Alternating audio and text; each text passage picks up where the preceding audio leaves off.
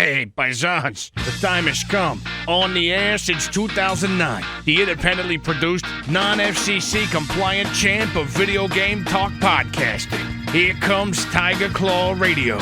Here's your host, Critical Failure. Welcome, everybody, to another episode of Tiger Claw Radio. This is your host, Critical Failure. This week, oh boy, we got some chiptunes. We got a few more DOS games from the worthwhile DOS games collection to discuss. We've got sales, we've got gameplay, we've got memories, we've got headlines, we got chiptunes.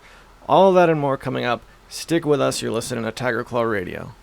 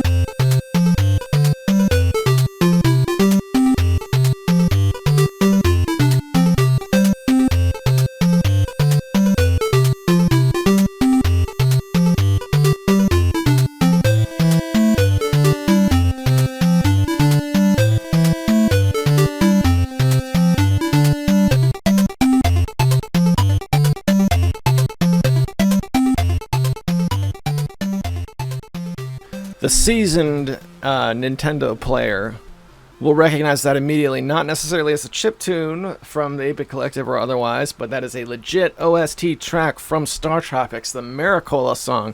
That's the first song you hear when you enter the first town in Startropics for the NES.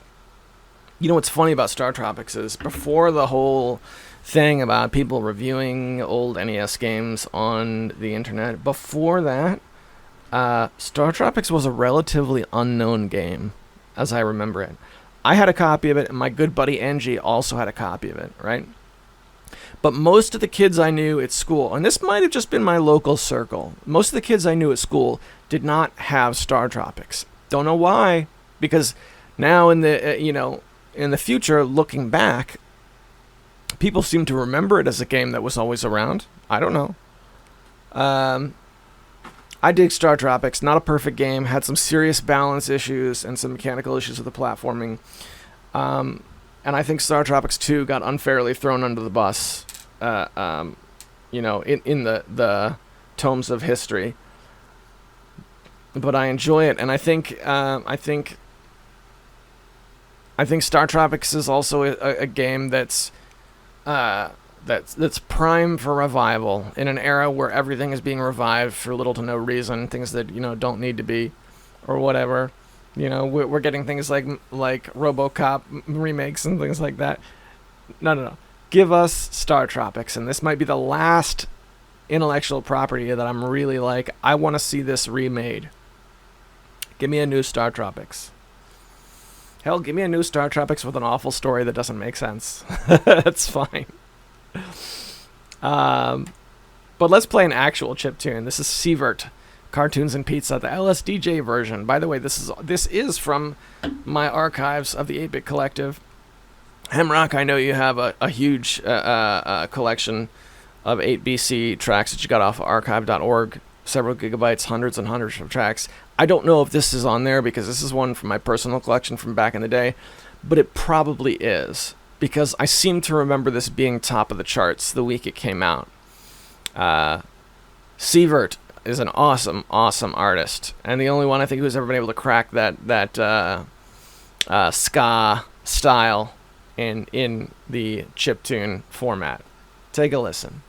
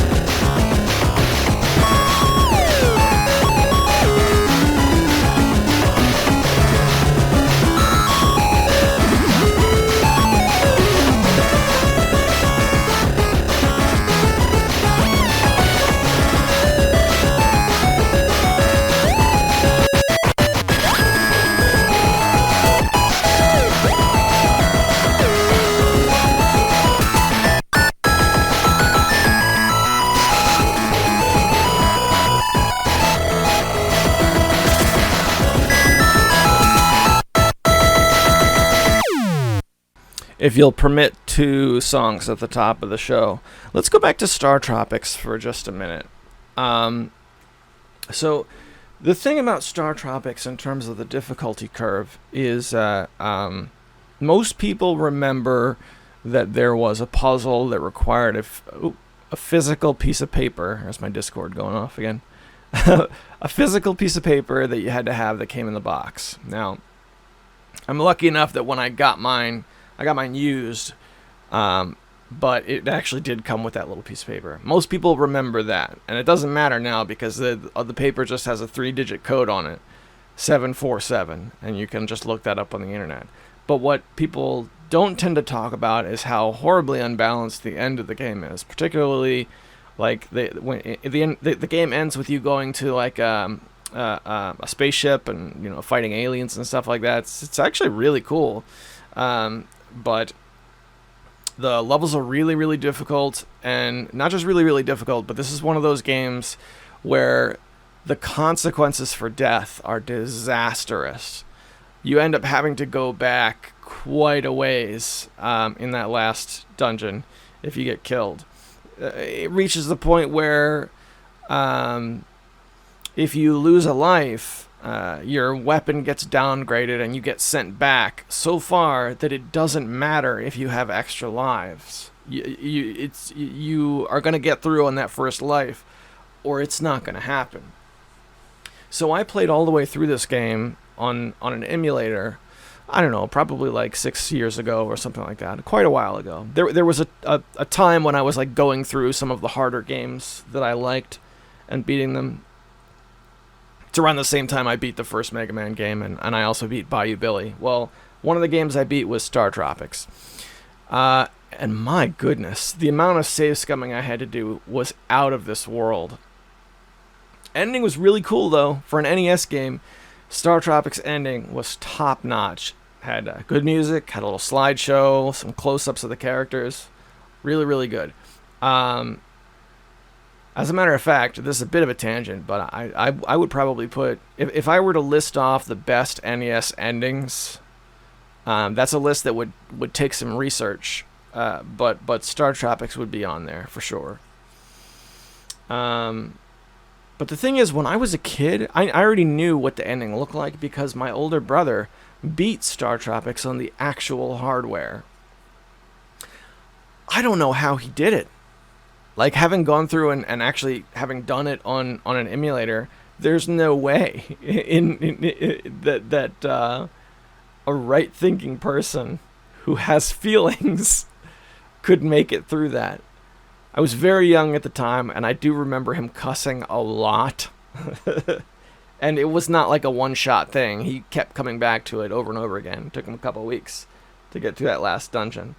But he did it, man, and we saw that ending. And one of the cool things about Startropics is when you beat the game and you see the ending, your save file saves after the last dungeon, but before you initiate the ending. So you can watch it as many times as you want.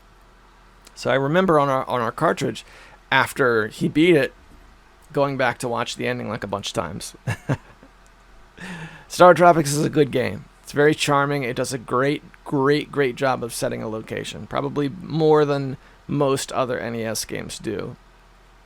And I think the reason why we don't see Startropics back again is just because the character Mike is just a placeholder, self-insert type hero. He's not like a real character like Link or Mario that they could base a story around. It wasn't a game that you played for the hero. You played it for the locations. Although, I would argue that the tone of the game has never been more relevant. Kind of fun, but kind of scary. And that makes the protagonist a blank slate that they could really put anything in. They could really put any sort of character wielding a yo-yo-like weapon in tropical locations. And there you go. That's Startropics for you. They're running out of things to remake, you know. I think, in my opinion, the time has never been better, except maybe in the N64 era.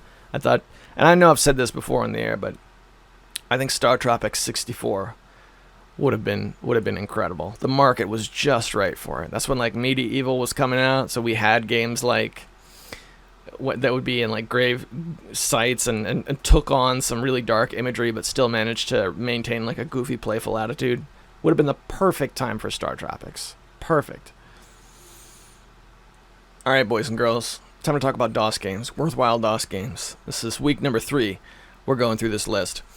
And we're going to do 10 games. I'm looking at the list right now. Some of them I know, some of them I don't know, and there's a few really awesome titles this week. So we're going to start with one, Star Wars TIE Fighter from 1994. Now, me and Star Wars games, I don't know. I didn't play many Star Wars games. This looks like a space combat game, and for me, space combat started and ended with Wing Commander. The only real Star Wars game I remember playing was Rebel Assault 2 on the PlayStation. But this is listed here. First-person action simulator. TIE Fighter is one of the few games in existence that has absolutely nothing wrong with it. Really? That is a bold statement. Besides the occasional extremely minor glitch, the game is flawless. It's a hallmark of the mid-90s LucasArts games. Definitively one of the most absorbing and satisfying PC games ever designed. Okay, so here's my problem with not just this entry, but this list. That blurb right there for Star Wars TIE Fighter 1994. This game is great because it's good. Okay. It's great because it has no flaws. Okay. I get it. We're also given the information that it's an action simulator from 1994. Why is it great? What do you do in the game? This is something that I've rightfully received criticism for in the past. Say something that borderlines on an actual opinion with evidence. Because the other ones were games I recognize, I think is a little bit more forgivable because, seeing the image and hearing the title kind of triggers sort of memory. But you can't... This is designed to be an infographic for worthwhile games to check out. So if you're not into DOS games, you should be able to look at this image, see what looks good and where to go. And that blurb right there doesn't tell me anything about this game. I mean, it tells me that it's it came out in LucasArts Prime, which, they made some great PC games. So there's that, I guess, as long as you know what LucasArts is. But I don't even know that it's actually a spaceflight game. That's kind of what it looks like, but it says action simulator. I don't know. All right, I'm going to give Star Wars TIE Fighter a break on this one. Then we come back quite a bit further. This is Starflight, 1986. Now, you get back into the 80s when it comes to PC games. The graphics take on a whole new style. Everything looks different. Everything feels different. So let's see. Can I zoom in any further? Yeah, here we go. So what does it say for Starflight? First of all, it categorizes this as Sim RPG strategy, which is like a jumble of words to me. Starflight is a glimpse of an epic galactic history in fractals. It is the ultimate player experience, filled to bursting by binary systems with wit, love, and most rewarding forms of interactivity. It is an epochal masterwork of all fans of adventure or open-ended gameplay. Sure is great because it's good. That Starflight. It does look good, though. The image we're treated to almost looks like Ultima, I guess. You've got a little view in the upper left that takes about a quarter of the screen, and we see an alien and some ship stats and... yeah, I don't know. It looks like a 1980s PC strategy game set in space. Next we come to Strife, 1996. Huge jump. 10 years. There you go. 10 years from the last game. Large open world NPC interaction and touches of role playing. Strife comes close to System Shock in importance, being a step towards merging FPS with adventure and RPG. But even without its historical importance, Strife is an atmospheric, fascinating action game that should be played and honored. I think it's a better description than the last two. I can tell that it is an FPS that merges RPG elements and adventure elements. That's Strife. I think, correct me if I'm wrong, Sean, but I think Darabka also did Strife in his his video series as well. Next is another one that I don't hear talked about much, but was really important to me back in the day. This is Stunts from 1990, driving game. Also known as 4D sports driving, represented in a new advance in racing games. Has a lot of cars to choose from, different types of adversaries, and best of all, an excellent track editor, making it only limited to your imagination. 13 years before Trackmania came along. So I'm glad they mentioned Trackmania, because that's, you know, one of the best things about Trackmania is the level editor is tile-based and easy to use, and you can make great 3D-based levels in it to drive in. Well, Stunts was the same way, but it came out in 1990, so the 3D action driving was very much rooted in early 3D non-textured polygonal atmospheres. It kind of reminds me of Vet for MS-DOS, which is another racing game from around the same time, a little bit earlier. I know Vet probably a little bit better than Stunts, because we didn't have Stunts in the big box growing up. Stunts was a game that somebody at school had, and I was able to play that way. Vet was a game that my dad actually bought the big box for. But that's Stunts. Coming up next, we got Sword of the Samurai, 1990. Now, here's an interesting one, because I didn't play or know about this game back in the day, but I, of all places, I got it on Steam, like, just a couple years ago. But this is marked 1990. So, it combines action, adventure, and strategy elements to create a compelling look at feudal Japan. Starting as a lowly vassal, the player has to develop their skills, honor, and army to advance up the ranks of their clan to become daimyo, and then attempt to conquer enough of Japan to turn into shogun. Yeah, okay. I think Sword of the Samurai, to me, plays a lot like... what does this game play like? I don't know.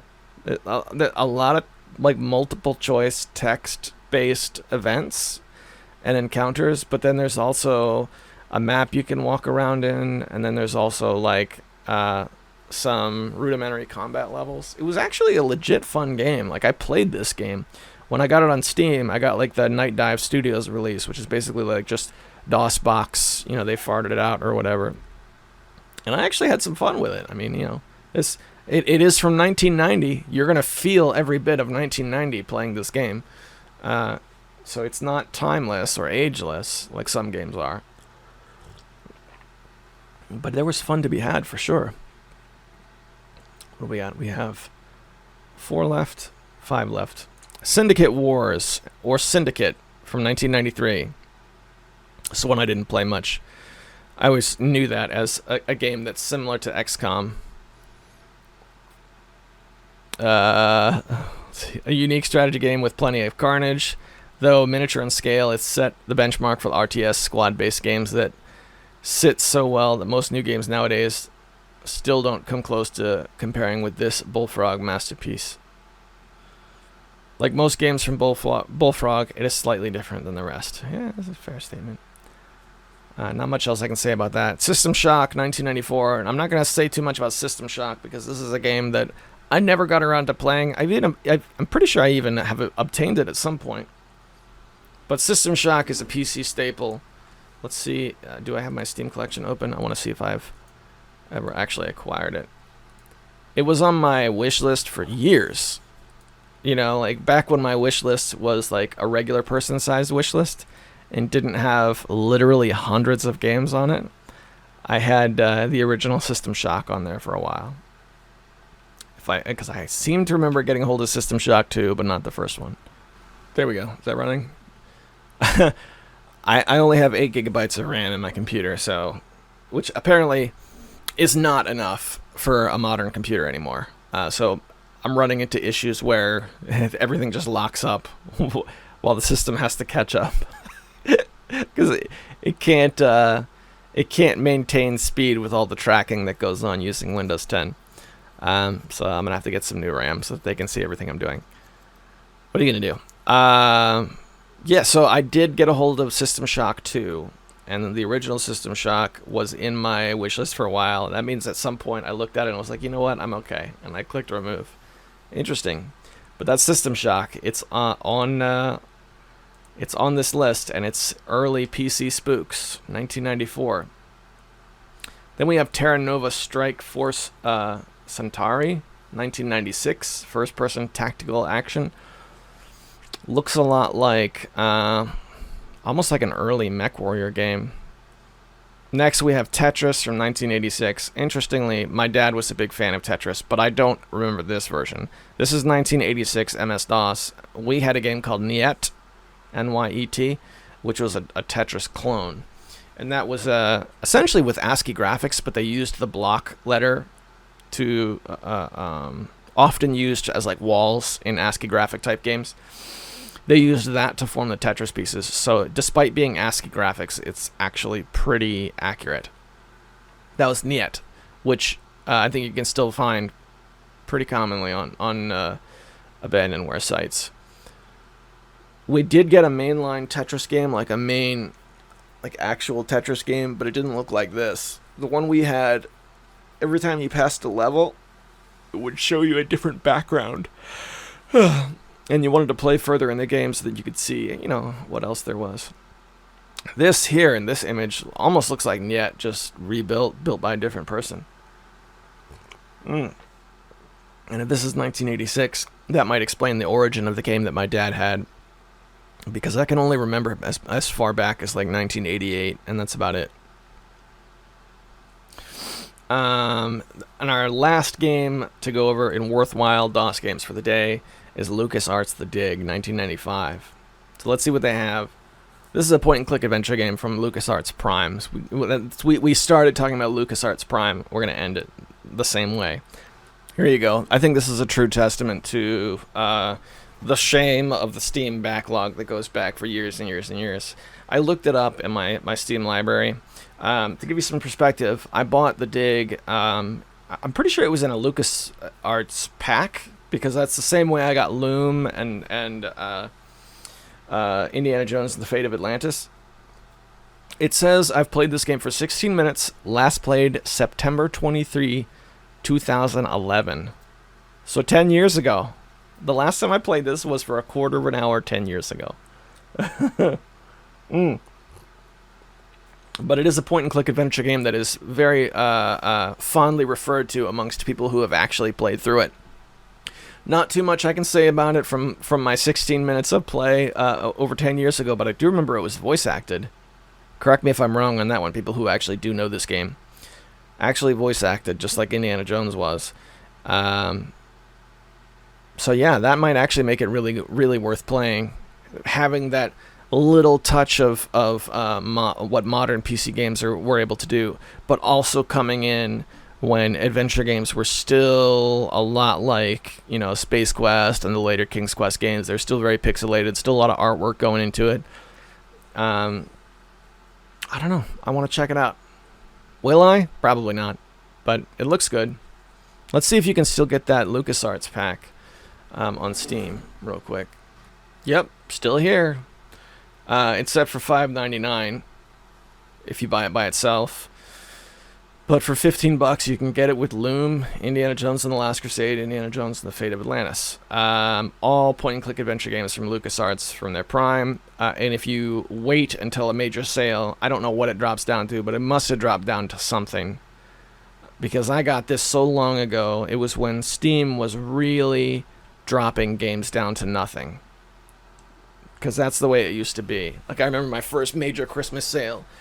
Deus Ex went down to like 90 cents or something, which it does now, except that you could buy it in a pack that would add to your inventory to pass out. So it wasn't just like 99 cents for the game. You could drop a few bucks, get a few copies that would all be added to your inventory, and you could pass them out over time. I miss those days. That was when the Steam user base was a tiny fraction of what it is now. But alright, that's worthwhile DOS games for this week. Next week we're going to do our last bit, and I'm looking at the next list, and it looks like there's some heavy hitters here. Because it's all in alphabetical order, so we're getting into the W's and stuff, like Wing Commanders and things like that. Very cool. So we'll take a look at that next week. But as for now, let's take a quick minute to thank the sponsors. This is a Patreon-sponsored program. these individuals give of their resources, even in times of times of winter when views are few. They give of their resources to make sure we can keep coming back every week. So to them, I offer early access to the show when we have it, because that will return once we all come out of quarantine and go back to the office. We'll go back to Mondays, and I'll start putting it up early again. So I would still list that amongst the perks. But I also read their names off in a hall of distinguished gentlemen here on the show, just to give them just a wee bit of notoriety here on TCR. They are Hemrock, EmeraldRangers.com, Tecmo Balls, Durabka, Konstantin Kelman, and Eric Controller. Thank you guys so much for supporting the show and keeping us on the air. And I hope you're enjoying the party.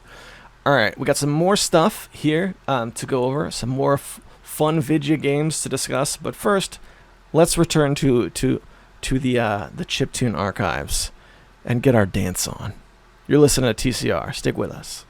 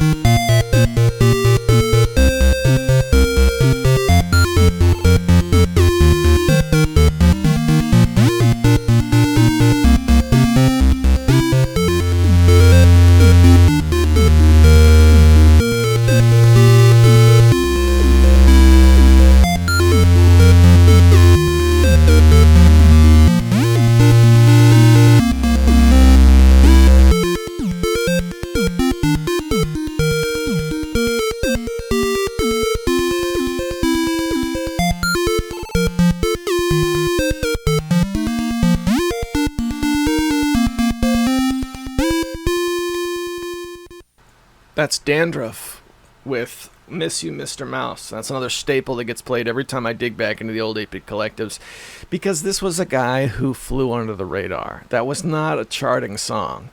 He made 2 songs, which I remember he explained that he had a cartoon character from MS Paint called Mr. Mouse, and they were both themed around Mr. Mouse. So there was that, and Mr. Mouse Goes to Space. And they both got, I don't know, a handful of listens apiece. If you go back to the best of the 8-bit collective and stuff like that, you're not going to find these 2 tracks. They're not there. But that one in particular, I always thought was super awesome and deserved more credit than it actually got. All right, boys and girls. So when it comes to the fail bag, not much this week. Last week, the mainstay was like Resident Evil 8, and I don't think my audience digs the Resident Evil series enough to listen to a podcast themed about it again. But we got one from Deslin, who writes the TurboGrafx/PC engine is still such a new experience to me. I have the TG16 Mini, and it's pretty awesome. Konami made it, and they put a few great Konami classics on there with a bunch of Japan shmups too. It's nice. The legendary Axe games are good on the system, but I have to play them on RetroArch because they're not included on the Mini, and I guess no one figured out how to hack it yet. Yeah, you know what? I forgot about the TurboGrafx 16 Mini. I was excited for that when it came out, or when it was coming out before it actually made its release. But I don't know. I just didn't bite. I mean, I've never been much into the Mini thing, and when I got that Commodore 64 Mini, the C64 Mini. And it just didn't work. The input lag was just made it unplayable. That kind of broke me a little bit. I'm not gonna lie. Yeah, but now I can play them on RetroArch, though I haven't yet. That's not a plunge I've taken. I should. Specifically, I want to play the legendary Axe games. Just to follow up on that quick memory from MagFest. of checking it out with Sean, because in that video, I never actually played that game. Sean sat down and played it for a few minutes, and then when he was done, we moved on. But that was the kind of thing where, like, we were in the process of getting ready to go do something else. I think I was really jazzed up about playing Quake or something like that, and I never actually got to play it. So that's high on my list of TurboGrafx 16 games to try. Desm, man, thanks for being the one and only person to check in on the podcast last week. I did a couple of videos following last week's recording, which got a couple of comments. Probably why not a lot on the podcast, which is cool, you know.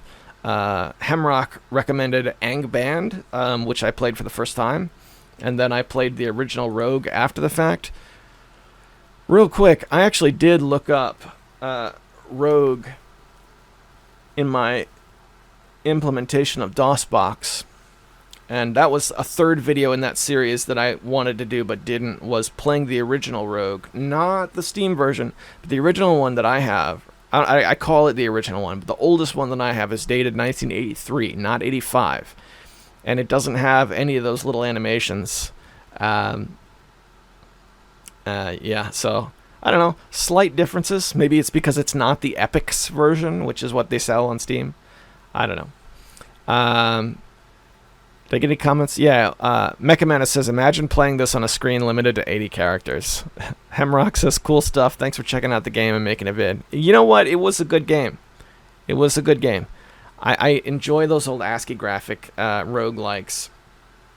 The only other one I can think of is Doom, the roguelike, which I think is called DRL now or something, because they had actions taken against them by Doom. That was actually an ASCII graphics roguelike back in the day when I first checked it out in like 2010 or 2009, whenever I made that video.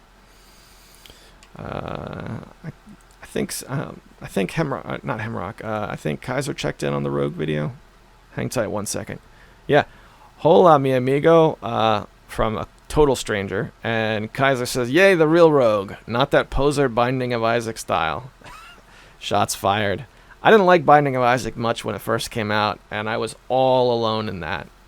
All alone in that. I made a video about it for Classic Lead. It was one of the couple videos I made for Classic Lead, where I was like, I don't know, bros, I really kind of hate the art style. And when we split, they ended up deleting it from their channel, which is unfortunate, but, you know, that's cool, man. I have no qualms against, when it comes to Binding of Isaac, I have no qualms against that procedural style of gameplay. I didn't care much for the art style of that game, but it's definitely not like Rogue. It's its own thing. A roguelike is its own type of game that's separate from the original Rogue, in my opinion. They're not bad games by any stretch of the imagination. Not in my opinion. A lot is left up to RNG, which people seem to, you know, I hear a lot of people say that like it's a bad thing. Too much RNG in this game. They're RNG-based games. That's the idea. You know, it is what it is. Diablo. Play Diablo if you don't like RNG. Okay, where are we at now? So I think what I'm going to do, in favor of making this episode listenable, I'm going to call that a show, and we're going to end it early. That way, it's nice and short. It's not daunting. We're not talking about a 2-hour episode.